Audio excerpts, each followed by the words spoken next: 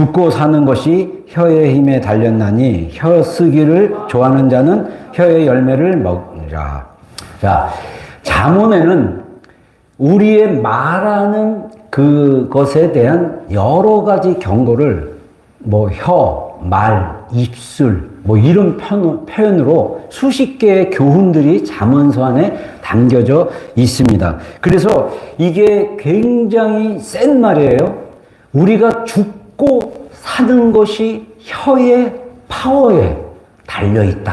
그러면서 우리가 말하기를 좋아하는 경우 그 혀의 열매를 먹으리라. 자, 우리가 말 없이 하루를 살아가는 것은 거의 불가능합니다.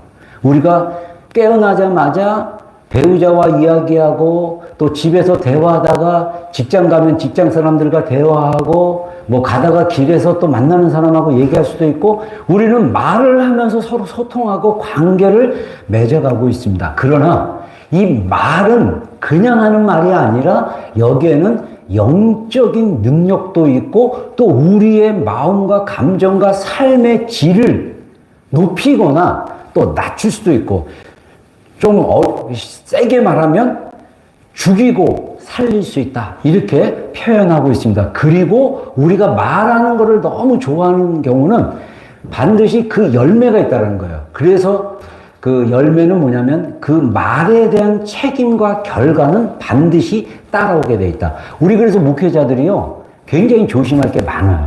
왜냐하면 목사들이 하나님의 말씀을 전할 때 그 말을 전달하고 나서 그 성도들이 그거에 대해서 반응하고 또 내가 말하는 나 자신에 대해서 반드시 말에 대한 책임과 결과가 따르기 때문에 사실 말이라는 것은 성경에 굉장히 중요하고 쓸 수밖에 없는 그런 환경을 이야기하고 있습니다. 그래서 죽고 산다라는 것은 우리 인생의 전반적으로 전체적으로 일어나는 어떤 성공, 실패, 축복, 저주, 사는 것 같은 거, 생명을 주는 거, 또 그냥 죽을 것 같고 상처 주고 상처받고 고통스러운 거 이런 것들이 다 뭐와 연결되어 있냐면 말의 능력과 연결되어 있다. 이렇게 말씀하고 있습니다. 그래서 잠언 18장 6절에는 미련한 자의 입술은 다툼을 일으키고 그의 입은 매를 자청하니라.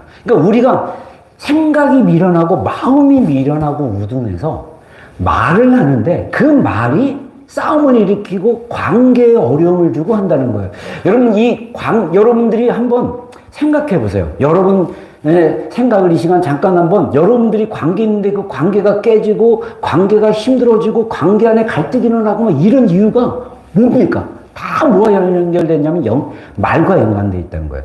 근데 때로는 내가 말로 미련하게 실수하는 말로 인해서 상대방이 힘들어하고 상처받아서 관계가 어려워지고 서먹해지고 깨지는 경우가 있고 또 내 관계가 깨지고 어색하고 서먹한 이유 중에 하나가 뭐냐면 그 말하는 사람 때문에 내가 움츠려지고 두렵고 교제하기 싫고 뒤로 물러나게 하는. 그래서 사실은 서로 애정이 있고 서로 친밀해지기를 원하지만 말의 실수로 인해서 관계들이 깨지는 것. 이 깨지는 거는 어떻게 보면 죽이는 거고 그 관계가 또 화해하고 용서하고 이해하고 용납하고 또 말에 대한 실수를 용서를 빌고 미안하다고 하고 하는 그 말로 통해서 깨진 것이 다시 회복되어지고 살아나는 그래서 관계가 다시 더 단단해지는 사이로 들어갈 수 있는 거 이게 다 뭐냐면 말의 능력이라는 것입니다.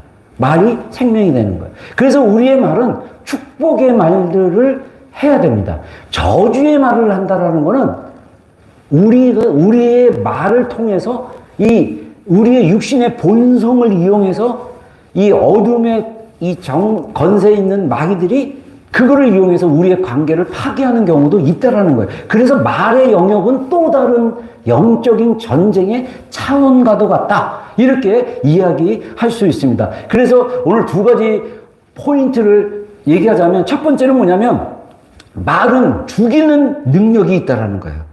자, 우리 민수기 14장 1절로 3절 말씀 우리 한 목소리로 한번 읽어보겠습니다. 시작. 온 회중이 보복하였다. 이스라엘 자손이 다 모세와 아론을 명하며 이르기를 이르되 우리가 애굽 땅에서 죽었거나 이 광야에서 죽었으면 좋았을 것을 어찌하여 여호와가 우리를 그 땅에 인도하여 칼에 쓰러지게 하려는가? 우리 처자가 사로잡히리니 애굽으로 돌아가는 것이 낫지 아니하랴. 자, 민수기 14장은 13장의 이 사건을 통해서 이스라엘 백성들이 온 회중이, 이스라엘의 온 회중이 이렇게 극단적이고 절망적이고 실패하고 고통스러운 마음으로 고백하는 이야기가 나옵니다.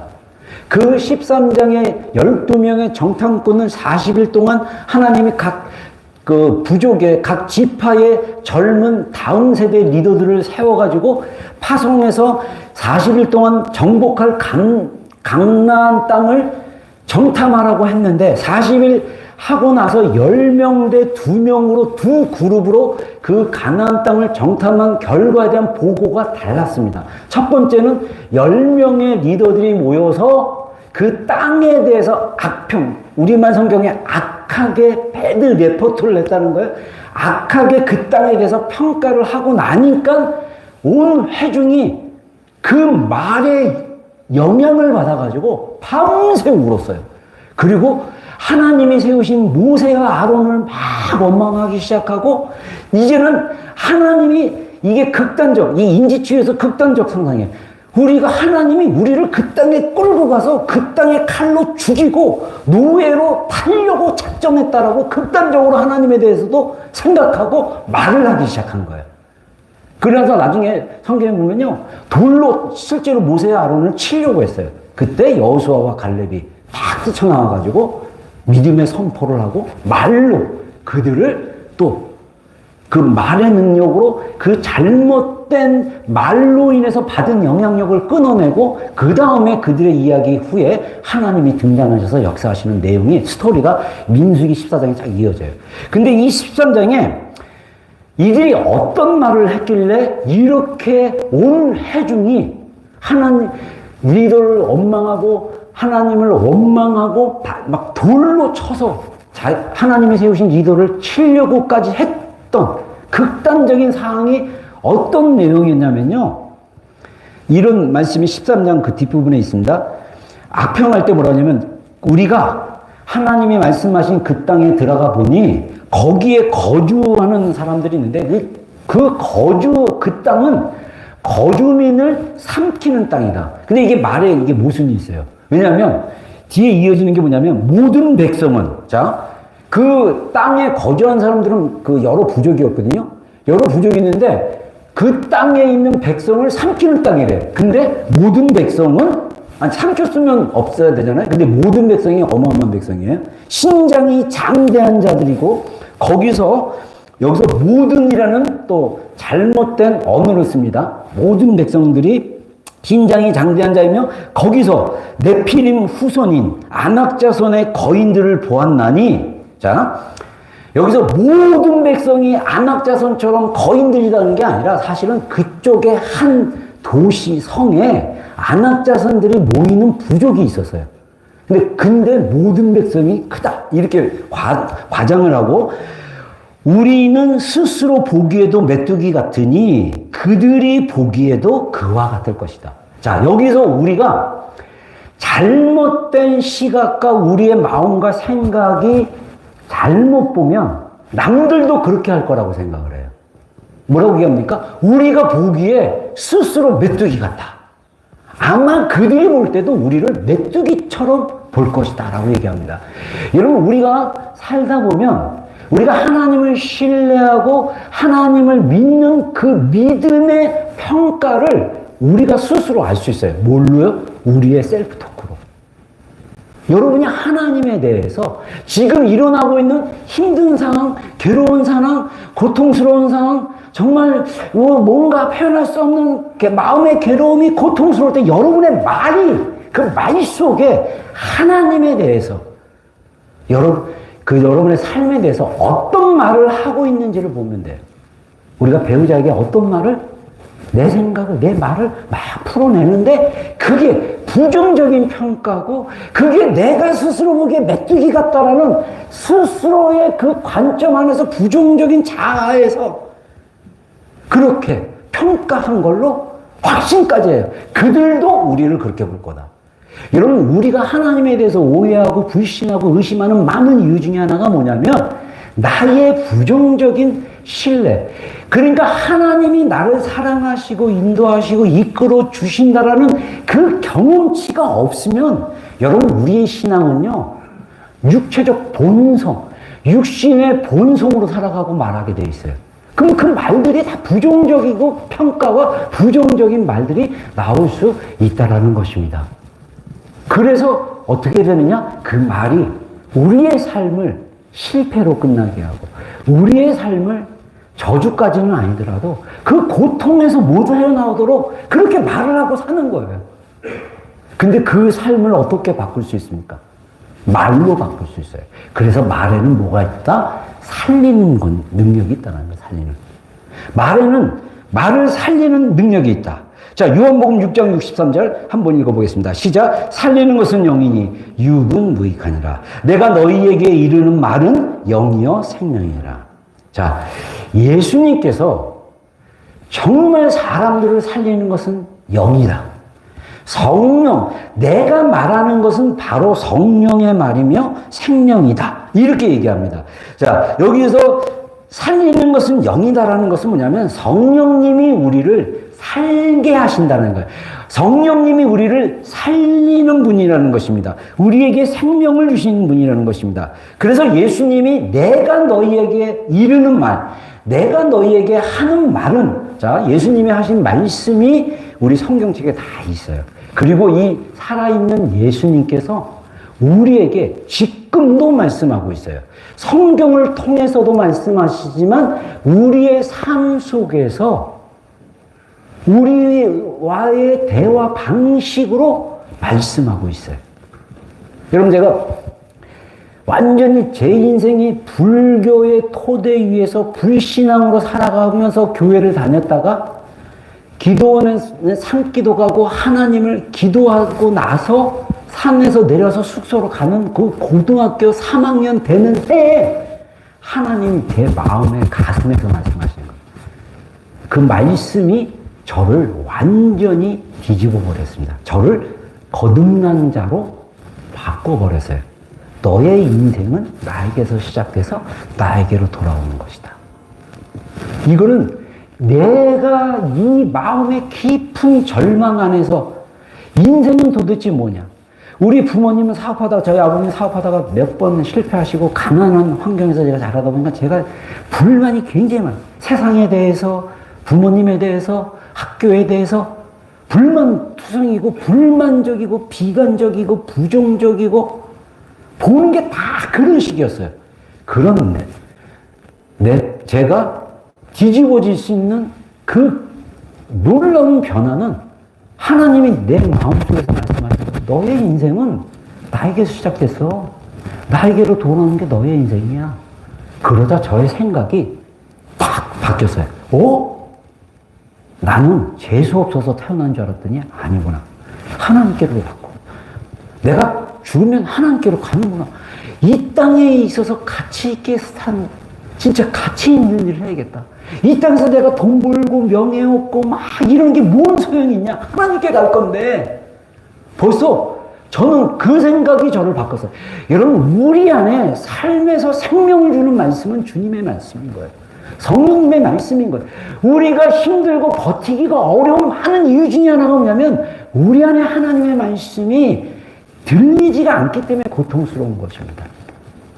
하나님의 예수님의 말씀은 우리를 살리는 말씀입니다. 아멘. 이 말씀을 들었을 때 우리가 회복이 될 수 있다는 것입니다. 그래서 이 예수님의 말씀은 단순한 정보가 아니고 영적인 실제와 실제, 영적인 실제. 이게 진짜구나. 이게 완전히 진짜구나. 가짜가 아니구나. 그 실제와 생명. 다시 말해서 우리로 하여금 살아나도록 하는 것입니다.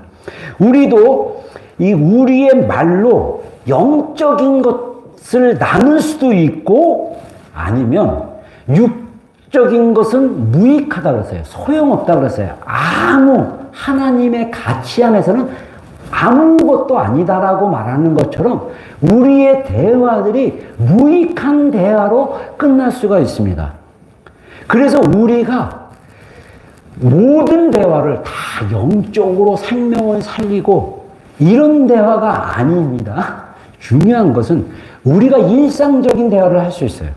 이랬어 저랬어 이런 정보도 주고받고 그랬어 이랬어 이런 말을 할 수 있어요. 근데 중요한 것은 우리의 말이 상처 주고 또 사람들로 힘들게 하고 괴롭게 하고 자극하고 이런 말들을 할 수도 있고 또 아니면 반대로 살리는 말 위로주고 권면하고 세워주고 덕을 세우고 이런 말들도 할 수 있다라고 성경은 말씀하고 있습니다. 그래서 제가 그래서 이 말에 대한 그 말씀을 좀 준비하면서 생각을 해보니까 우리는 대화를 하면서 관계를 만들어가요. 대화를 하면서 관계를 빌딩업 합니다. 세워가요. 그래서 그 관계가 깊어지기도 하고 얕은 관계에서 계속 갈 수도 있어요. 그리고 관계 중에 깨지고 힘들 수 있어요. 중요한 거는 깨지고 힘든 거는 다시 이렇게 붙이면 돼요. 그래서 그래서 깨지고 붙였을 때 더 단단해지는 게 많습니다. 근데 우리는 깨지면 그다음부터 아예 보지도 않고 버려요. 그런 방식은 건강한 인간관계가 아니라는 것입니다. 다시 깨지더라도 그것을 붙이면 돼요. 뭘로? 말로. 근데 우리가 정말 살리고 생명이 있고 그런 말은 깊은 내면에서 나오는 말과 연결되어 있습니다. 그래서 민수기 13장에 10명의 정탐꾼이 그 악평을 똑같이 40일 동안 그 땅을 정탐했는데 여호수아와 갈렙은 아니다. 하나님이 과연 하나님이 약속하신 젖과 꿀이 흐르는 땅이다. 뭐냐? 땅이 너무 비옥해가지고 거기서 나는 과실이 일반 과실과 다른 거예요. 그래서 이 12명의 정탐꾼이 40일을 정탐하고 나서 포도 열매를 갖고 왔는데 이 포도 열매가 너무 커가지고 어깨다 메고 왔어요. 그러니까 이 여호수아와 갈렙은 하나님에 대한 믿음과 하나님을 신뢰하는 경험치가 있던 사람이에요. 그러니까 믿음으로 보는 거예요.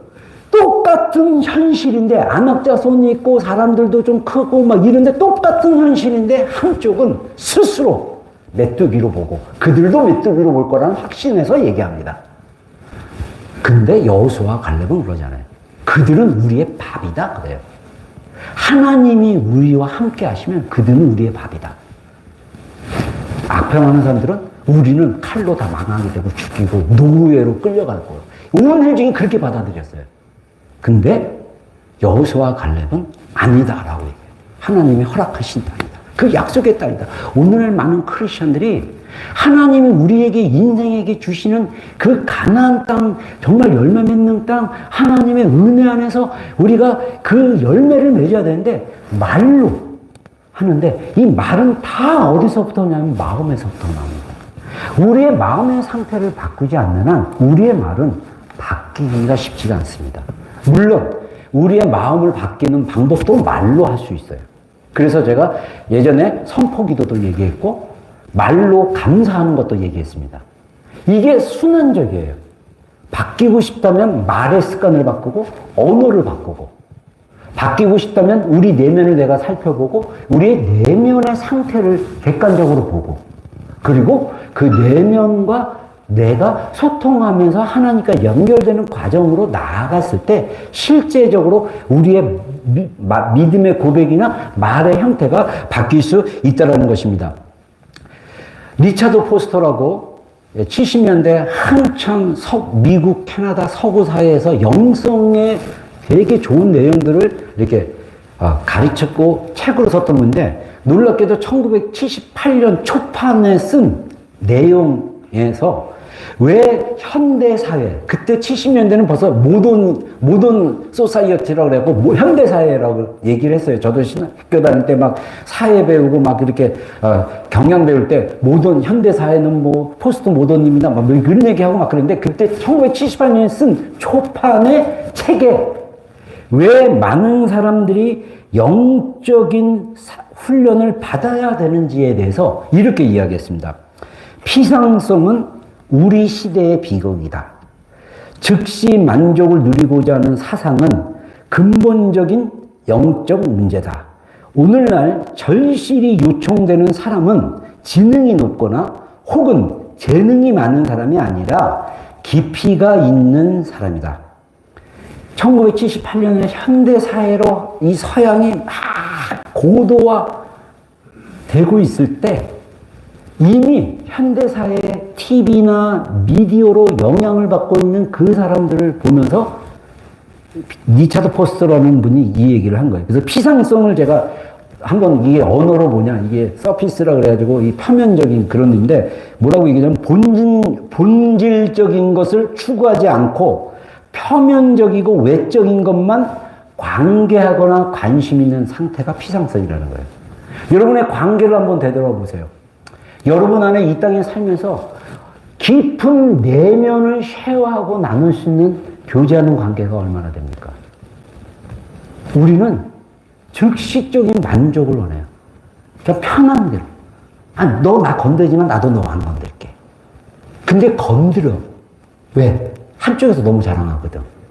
또 건드려. 힘들어. 왜? 한쪽에서 너무 부정적이고 안 좋은 얘기를 하거든. 그래서 깊이 나가기가 되게 힘들어요. 오늘 세상이 많은 크리스천들에게 요구하는 게 있어요. 우리의 내면이 깊은 사람.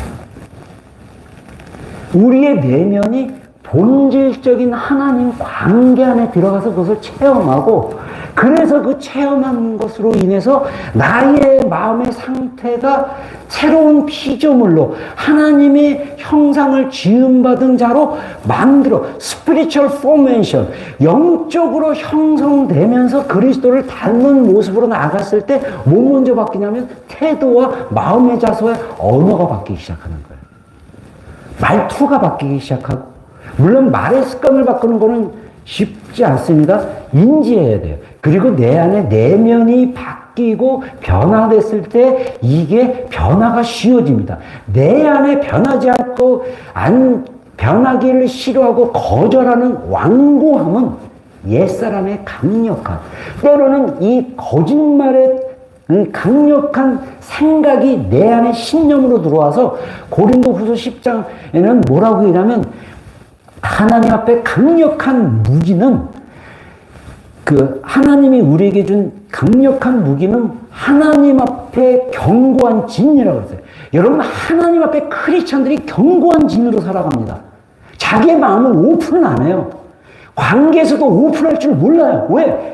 마귀가 그거를 다 어렸을 때부터 잡아놓고 속이고 그 신념으로 만들어낸 구조가 있기 때문에 나가기가 힘드는 거예요. 만약에 여러분들 안에 제가 내적 치유, 뭐 회복 이런 말이 부담스럽다면 여러분 안에 뭔가 걸려지는 말이 있어서 그래요. 그러면 그걸 해결해야 될 문제예요. 해결하지 않으면 더 완고해집니다. 완고하고 견고한 마음으로 살아가면 메마른 삶을 살게 됩니다. 열매 없는 삶. 그리고 예수님이 마태복음 13장에 이 비유로 말씀하신 것처럼 말씀이 길가에 떨어지는데 마귀가 다 쪼아 먹는다. 그래서 새들이 와서 쫓는다. 예수님이 제자들에게 해석해 주잖아요. 새는 마귀다. 여러분, 영적으로 이 영적인 세계에서 이 마귀가 우리의 삶의 풍성함을 다 뺏어가는 거예요. 그래서 예수님 요한복음 10장 10절인가요? 뭐라고 합니까? 도둑이 오는 것은 도둑질하고 빼앗고 죽이고 멸망시키는 거지만 내가 온 것은 양으로 생명을 얻게 하고 더 풍성히 얻게 하려 함이라. 예수님이 우리 삶 가운데 말씀으로 우리의 내면을 풍성하고 이 풍성한 나의 내면으로 사람들과 관계 안에 들어가는데 풍성한 관계 안에 들어가도록 해주시는데 우리는 스스로 표면적인 관계로 유지하려는 그런 삶을 추구하고 있다는 거예요. 그래서 영성 훈련이 고전적인 그 초대교회 받았던 그 훈련이 우리를 자유에 이르는 문을 열게 한다라는 그게 서문에 나와 있는 글의 첫 이야기가 피상성에 대한 이야기입니다. 초고도에서요. 여러분 제가 80년대 신학 공부하고 막 그랬을 때 그때 20세기라고 얘기했습니다. 20세기라고 그랬어요. 근데 벌써 2000년이 시작되면서 21세기에 우리가 살고 있어요. 할렐루야라고 해야 되나? 21세기에 AI가 엄청나게 발달되고 있어요. AI의 원리가요, 인간의 뇌 기능과 연결되어 있는 거 아세요? 이 반도체, AI에 사용되는 반도체가 뇌의 그 시스템의 구조를 보고 변형시키면서 한다는 거예요. 여러분, 하나님이 인간을 창조했을 때 인간이 가지는 그 뇌와 우리의 마음, 이 뇌과학자들은 마음이 이 머리에 있다고, 뇌에 있다고 그러는데 아니에요. 우리 몸의 중요한 영역에 하나님의 성전인 하나님이 우리의 내면을 지배하시고 내면의 주인이 되시고 우리 내면 안에서 나를 바꾸어 가시는 공간, 하나님의 처소가 우리 몸 안에 여기는 아닐 것 같아요. 여기에 있어요. 그래서 이것들을 변화시키는 굉장히 중요한 건 말이다. 근데 말은 어디에 영향을 받느냐? 마음의 영향을 받는다는 거예요.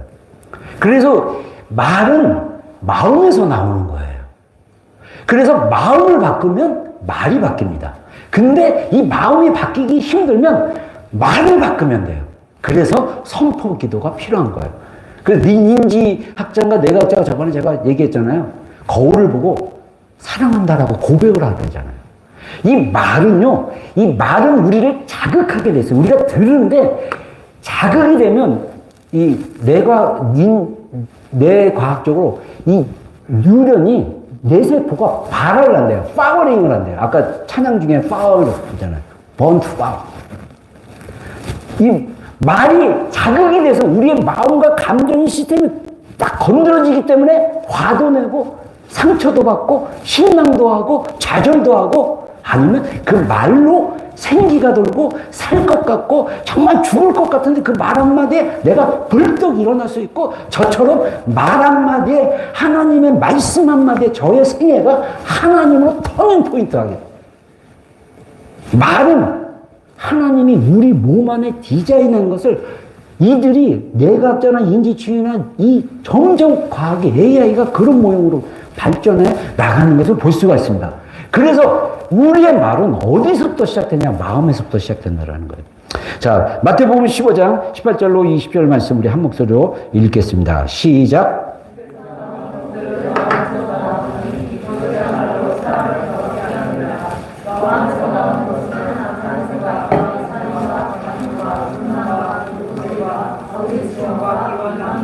이런 것들이 사람을 더럽게 하는 것이요 씻지 않는 손으로 먹는 것은 사람을 더럽게 하지 못하니라. 참, 제가 이 말씀에 대해서 예전에도 여러 번 한번 얘기를 했었는데 마태복음 15장 아마 이번 주간에 우리가 이제 봉독 이제 같이 묵상해야 될 본문 중에 하나인데 마태복음 15장 앞부분에 바리새인들과 서기관이 와서 예수님께 질문을 합니다. 왜 당신의 제자들은 음식을 먹을 때 떡을 먹을 때 손을 씻지 않습니까?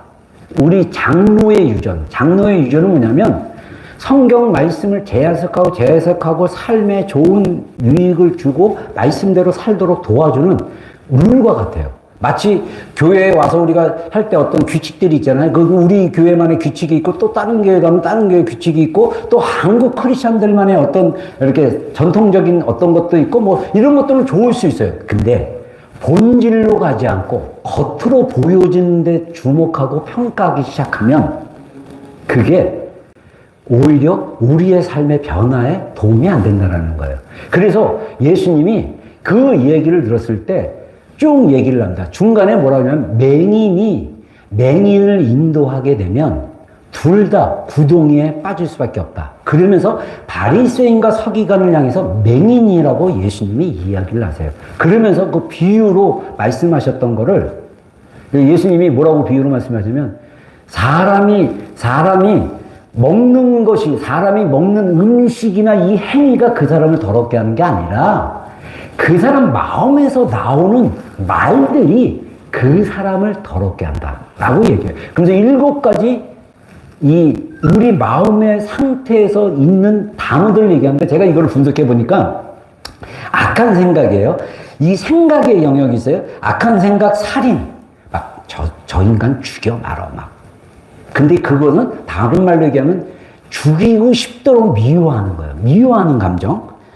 그 다음에 간음, 음란. 현대사. 이때 시대에도 음란과 간음, 그저 쉽게 말해서 간음하지 말라고 하잖아요.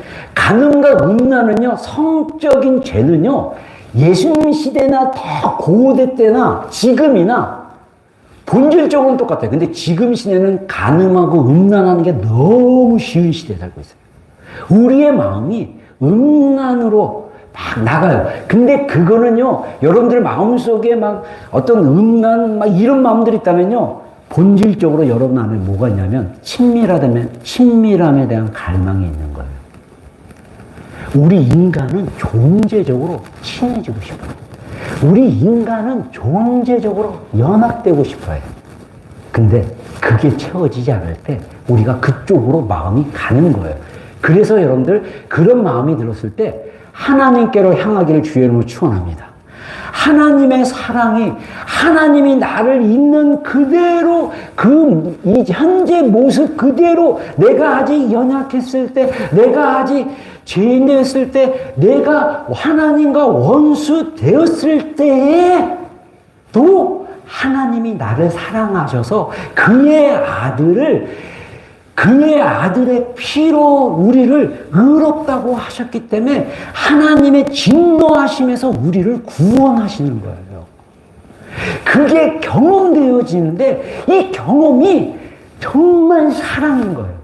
진짜 사랑인 거예요. 그래서 그 사랑을 경험하게 되면 우리 안에 하나님과 연합되고 하나님과 하나 된 그 마음이 연결되기 시작하는 거예요. 제가 지난 요번 주 목요일날 킹덤 페스티벌에서 그 3일 동안 집회가 있었는데 청년들 모여서 하는데 저보고 이제 오한협 회장이라고 와서 목요일날 저녁에 마지막에 축도를 좀 해달라고 했어요. 그래서 이제 1시간 찬양하더라고요. 그리고 1시간 우리 스피커가 설교하고 그 다음에 이제 기도하고 이제 한 2시간 반 했는데 마지막에 딱 이제 올라가려고 하는데 찬양팀에서 어떤 찬양을 부르냐면 오직 주의 사랑에 매여.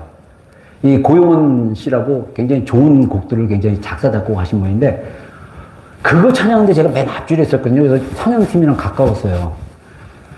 눈물이 막 쏟아져나오고 감당할 수 없는 오직 주의 사랑에 매여.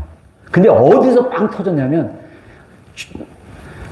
이 거룩한 땅, 사명의 땅인데 오직 주의 임재에 매여 나 주를 사랑합니다인가 기도합니다인가 하나님의 임재에 매여 하는데 거기서 막 눈물이 막 그러면서 제가 예전에 골방에서 하나님의 친밀함에서 막 누렸던 그 감정이 막 올라오기 시작하는 거예요.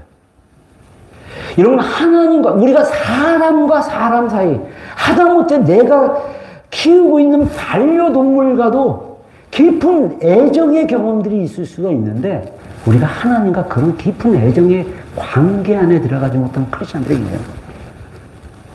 저는 그 찬양, 그래서 어제도 자기 전에 그 가사 4분짜리 오직 주의 사랑이, 처음에는 그 가사가 잘 기억이 안 나가지고 막 찾아가지고 제가 그 찬양 부르는데 그 음도 약간 한국의 약간 단조 비슷하게 이렇게 한국 곡이니까 막 자는데 막 그 가사가 막 듣고 있는데 눈물이 그렇게 나는 거예요. 근데 마지막에 내 생명 주께 드립니다. 그 고백을 하는데 저는 진짜 주님 앞에 제가 진심으로 기도하다가 주님이 나를 너무너무 사랑하시니 경험되니까 제가 주님께 저 인생을 드렸어요. 주님, 제가 제 인생을 주님께 드립니다. 근데 그때는 눈물도 안 나고 그냥 너무 기뻐가지고 그 사랑에 감격해서 주님께 드렸는데 목요일날 찬양할 때 너무 오래간만에 그 찬양을 들었는데 제가 그 찬양 옛날에 강남중앙에 있을 때 우리 그 간사 중에 한 명이 카자흐스탄으로 선교사 평신도였는데 대학원 공부하다가 부부가 간사 부부인데 파송식으로 우리 대학부에서 예배 드렸어요. 그 찬양을 하는 거예요. 그때 처음 그 찬양을 제가 알았는데, 그때도 그들을 보내는데, 그 주님의 마음이 너무 저를 압도하고 막. 여러분, 우리의 인생은요, 주님의 사랑에 묶여 있어야 돼요. 그러지 않으면요, 우리는 세상에 마음 뺏겨서 살아요. 제일 편한 게 뭔지 아세요? 하나님과 세상을 양다리 거치는 삶이에요. 그 삶에는요, 약간의 즐거움은 있지만, 진짜 크리스찬, 리얼 크리스찬, 본질적인 삶. 여러분, 크리스찬의 진짜 삶은요, 혁명적입니다. 시대를 따라가지 않아요. 시대를 오히려 넘어서기 때문에 그 시대 사람들마다 본질적인 하나님과의 관계 안에 들어간 그들을 향해서 예수쟁이라고도 얘기하고 핍박도 하고, 현대사에서는요, 야, 너는 진짜 뭔가 깊은 뭔가가 있는 사람이다라고 인정해 줄 수 있는 그런 결과가 나온다. 우리의 마음 안에 도둑질이 있습니다. 도둑질이 뭔가, 제가 왜 마음 안에 예수님께서 도둑질이 있다라고 말씀하셨을까에 대해서 묵상을 하는데, 우리가 가지고 싶은 소유욕, 가지고 싶으면 도둑질도 하잖아요. 훔치잖아요. 그러듯이 소유욕이 아닌가 생각이 듭니다. 여기서 거짓 증언과 비방. 자, 재미있는 사실은 이 두 번째 거짓 증언과 비방은 말과 연결되어 있어요. 내가 자기의 유익을 위해서, 나를 위해서 거짓말로 증언하고, 그 다음에 상대방을 비방하고, 험담하고, 나쁜 말을 하고, 나쁜 평가하고 하는 거. 이거는 말로 하는 거예요. 우리의 마음 안에서 이런 것들이 말로 표현됐을 때, 입으로 나오는 말이 그 사람을 더럽게 한다. 바리새인들은요, 이 말씀의 의미를 몰라요. 우리 크리스천들이 내 마음이 하나님의 기준으로 바뀌지 않는 한 우리는 우리 스스로를 더러운 상태로, 죄된 상태로 살아가고 있는 거예요. 말로 할 때. 그래서 성경에, 신약 성경에 특별히 더러운 말, 그런 말을 하지 말라고 하는 거예요. 그러니까 말을 하고 안 하고가 굉장히 중요합니다. 죽이는 말, 나를 더럽히는 말, 남을 갖다가 이렇게 상처 주는 말, 하지 말아야 될 말은 말을 입 밖에 꺼내면 안 되는 거예요. 꺼내는 순간 말은 힘이 있어가지고 영향을 미치는 거예요. 그래서 영적인 문제가 되는 거예요. 그래서 내 내면에서 그것을 하나님 앞에 가져가서 토설하고 하나님 앞에 마음을 쏟는 기도를 하는 게 굉장히 중요합니다. 그 기도들이 우리 안에 일어나야 돼요. 우리의 마음이 말로 부정적이고 평가하고 판단하는 말, 외적인 것만 보고 그렇게 하는 말이 아니라 하나님께 가져가서 우리의 말을 점검받고, 우리의 말을 점검받는 건 우리 내면을 하나님 안에서 점검받는 게 굉장히 중요하다는 것입니다. 그래서 우리가 결론적으로 얘기했을 때 에베소 4장의 말씀 원리가 있습니다. 자, 29절 한 목소리 읽겠습니다. 시작. 무릇 더러운 말은 내 입 밖에도 내지 말고 오직 덕을 세우는데 소용되는 말, 선한 말을 하여 듣는 자에게 은혜를 끼치게 하라. 자 보세요. 더러운 말은 입 밖에도 내지 말라고 그랬어요. 그 대신 덕을 세우는 말을 해라. 덕을 세우는 말. 아첨. 근데 이 아첨하고는 달라요. 아첨은요, 상대방의 마음을 이렇게 내가 좋게 편하게 하려는 조종과도 같습니다. 덕을 세우는 말. 있죠? 찾아보세요. 덕을 세우시면 돼요. 좋은 말. 그래서 사실은 우리의 내면이 긍정적인 마인드로 바뀌는 게 되게 중요해요. 우리는요, 육체적 본성은 뭐냐? 부정적인 평가를 하고, 부정적인 판단을 하고, 부정적인 말을 하는데 되게 익숙해져 있어요. 그래서 이 마음의 문제를 우리가 또 다른 성경의 표현으로 얘기하면 육체의 소욕이라고 얘기해요. 이 문제가 해결되지 않으면 우리의 말은 육적인 언어, 무익한 말로 이어질 수밖에 없다는 거예요. 그래서 우리의 삶이 말로 되게 중요한 삶들을 관계를 맺고 살아가는데 그 열매들이 결국은 생명이 없는 열매가 될 수 있다 이렇게 얘기할 수 있습니다. 그래서 우리가 착한 말, 고운 말, 이쁜 말, 남을 세워주는 말 할렐루야? 한번 연습해 볼래요? 부부끼리? 선한 말, 세우는 말 한번 찾아보세요. 네. 우리 소연자매는 속으로 해주시고 네. 자 우리 이 집사님, 조 집사님 하세요. 자. 알았어요. 숙제로 줄게요. 자, 우리 숙제로 줄 테니까, 예, 여러분들 집에 가서 한번 해보세요. 예. 여러분, 이 세우는 말, 선한 말, 좋은 말, 고운 말, 이 말을 할 때, 우리가 성경이 말하는 생명을 살리는 말로 하고 있는 것입니다. 그리고 이 말은 또 뭐와 연결되어 있냐면, 하나님의 성령과 연결되어 있다는 거예요. 하나님의 성령을 근심하게 하지 말라. 그 안에서 너희가 구원의 날까지 인치심을 받았다. 자, 성령으로 우리가 하나님의 자녀이고 성령으로 우리가 하나님의 구원받은 자로 딱 도장을 받았어요.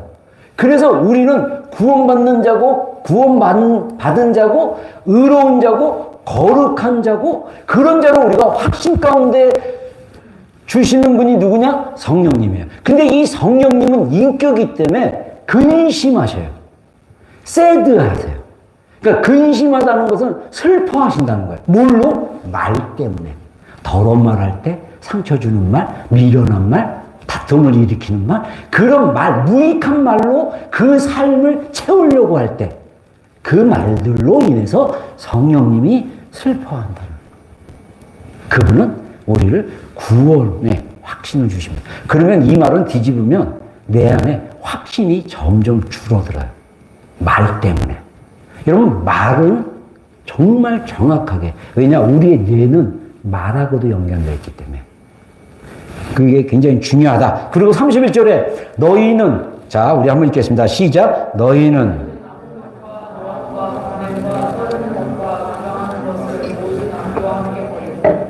자, 이게 에베소서 4장에 나오는 내용이에요. 에베소서 1장, 2장, 3장에 보면요. 막 1장에 그 힘의 위력으로, 그러니까 너희 마음의 눈을, 기도를 해주는데 뭐라냐면 너희 마음의 눈을 밝히사 하나님을 알게 하시고 그 너희 소망의 그 성도의 부르심이 무엇이며 소망의 그 부르심이 어떠하신 것을 너희로 하여금 깨닫기를 원하노라. 그러면서 그분의 힘의 능력을 따라 역사하심을 믿는 우리에게 베푸신 그 능력의 지극히 크심이 어떠한 것을 너희로 알게 하시기를 구하노라. 그러니까 사도 바울이 에베소 교회 성도들에게 네가 정말 하나님의 능력의 일하심을 따라 믿는 그 믿음으로 너희 인생 가운데 베푸신 능력이 어떤 건지 내가 알기를 기도한다. 그리고 2장에 가서는 영적 전쟁에 대한 이야기를 영적 전쟁의 전초전인 너희가 믿지 않았을 때 세상의 영을 짜졌고 세상을 따라가고 막 이런 진노의 영 막 이런 얘기를 쭉 하고 나서 3장에 또 막 얘기하는데 4장 가서 5장 6장에는 실천에 대한 얘기를 하기 전에 마무리 앞부분에 뭐라고 얘기합니까? 너희 마음 안에 모든 악의. 여러분 우리 인간의 본성은요 쉽게 옛 습관, 죄된 습관에 있어서 악의를 가지게 돼요. 악의는 뭐니까 나쁜 마음을 품는 거예요. 저 사람 망했으면 좋겠다. 쟤 안 됐으면 좋겠다. 쟤 이랬으면 좋겠다. 악의에 돼요. 그런 마음 품으면 회개하셔야 돼요. 그래서 매주 회개해야 되고 우리가 자주 회개해야 돼요. 여기서 뭐라고 합니까? 모든 악독, 노함, 분는 이것은 다 이게 분노와 연결되어 있습니다. 그리고 말하는 것을 얘기합니다. 감정에 관련된 단어 3개, 그 다음에 말하는 것, 떠드는 것과 비방하는 것을 모든 악의와 함께. 비방은 직접적으로 막 뭐라고 하는 거고 떠드는 거는 뭐냐면 안 좋은 말을 자꾸 퍼뜨리는 거예요. 안 좋은 말을 막 떠들고 다니는 거예요.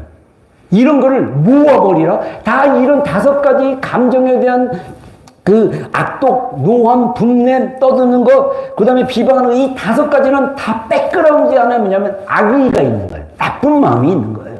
그래서 그것을 버려라. 어떻게 버립니까? 십자가에 못 박는 거예요. 회개함으로 버리는 거예요. 그런 나 자신을 그대로, 있는 그대로 받아들이고, 회개하고, 제 이런, 이 분냄, 이런 말, 이런 것들 주님 앞에 십자가로 못 박습니다. 주님, 저를 새롭게 해주십시오. 라고 고백하며 나가야 되는 겁니다. 그리고 나서 마지막에 뭐라고 하냐? 서로 친절하게 하며. 한번 읽겠습니다. 서로. 시작.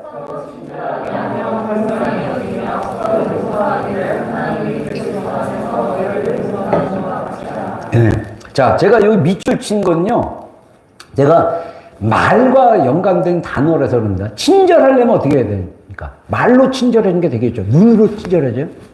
표정으로? 이게 아니라 말로 친절하게 대하고, 불쌍히 여기는 거는 우리의 마음 상태입니다. 불쌍하다 라고 했을 때 어떤 마음이 있냐면 용서하는 마음이 있는 거예요. 불쌍히 여길 때. 그래서 용서하는 마음은 말로 해야 돼요.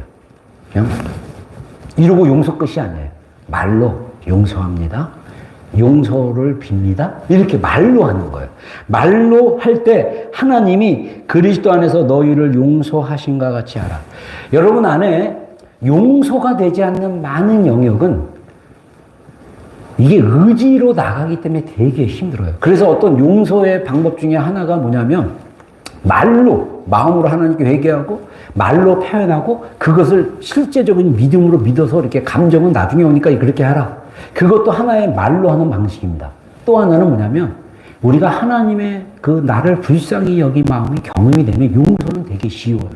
용서가 어려운 이유 중에 하나가 뭐냐면 하나님을 나를 불쌍히 여기는 경험치가 그렇게 없기 때문에 그런 거예요. 용서는요, 하나님이 나를 불쌍히 여기는 마음이 연결되고 하나님이 말씀을 통해서든 어떤 걸 통해서든 하나님의 통로는요 어마어마하게 열려 있어요. 우리가 하나님을 향해 마음만 연다면 그 열린 마음으로 하나님이 계속 우리에게 말씀하고 계셔요. 그게 경험되어지면 우리의 용서는 쉽게 되어졌습니다. 그러나 그게 아직 경험되지 않아도 우리가 말로 용서하는 것을 계속 선포하고 고백하고 결단하고 믿음으로 말로 선언하는 게 굉장히 중요합니다. 그래서 이번 한 주간 여러분들에게 또 제가 여러분들 습관들이라고 할 수 있는 것을 한번 이제 나눠보겠습니다. 이번 주간 적용. 나의 언어 습관을 점검하기. 한번 점검해보세요. 노트에 적은 게 제일 좋아요. 적어보세요, 나의. 그래서 첫 번째, 제가 지금 혼자 생각한 거예요. 나는 하루 중에 또 이렇게 일주일 지나고 나서 피상적인 대화, 정보 주고 뭐 그냥 알아도 되고 몰라도 되고 막 이런 얘기 막 피상적인 대화를 얼마나 하며 아니면 본질적인, 그 말은 뭐냐면 나의 깊은 내면, 하나님에 대한 알고 싶음, 또 그 사람에 대해서 정말 깊이 알고 싶은, 정보를 아는 게 아니라 그 사람의 마음을 알고 싶은 그런 대화를 얼마큼 하느냐, 분량을 체크해 보라고 말씀하고 싶어요. 분량 체크. 분량이 아니라 분량. 아, 이게 발음이. 예. 이걸 체크해 보시고, 두 번째는 뭐냐면 부정적인 평가와 판단의 말을 얼마나 하고 있는지, 아니면 그냥 그 사람이 이렇게 얘기를 하면 그냥 있는 그대로 아 그렇구나 그냥 인정해 주고, 내가 중요한 거는 부정적으로 내가 딱 걸리고 부정적으로 딱 뭐 이렇게 하고 아 저 사람은 왜 저래 뭐 이러면서 내 말이 그냥 평가를 막 해버리는 거예요. 안 좋은 뜻으로. 여러분 우리의 양심이 깨어 있으면 다 알아요. 내가 이게 좋다 안 좋다가 알아요. 그러니까 마음이 연결되지 않으면 혼란스럽죠.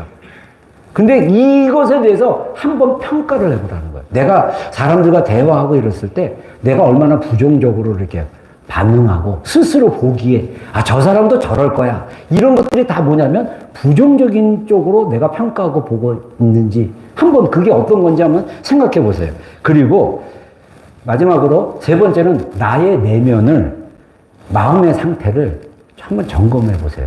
아까 그 부정적인 감정들 있잖아요. 우리가 말로 우리를 더럽게 하고 죄짓게 하는 그것은 마음에서 나온 거라고 그랬잖아요.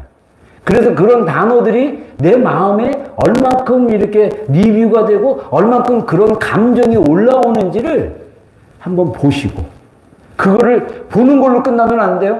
하나님께 고백하셔야 돼요. 있는 그대로 주님 제가 이런 마음에서 이런 미움을 가지고 이렇게 했습니다 라고 솔직하게 입술을 열어 고백하시기 바랍니다. 굉장히 중요합니다. 그런 삶의 습관을 통해서 우리 마음으로 하나님이 주시는 것들이 있어요.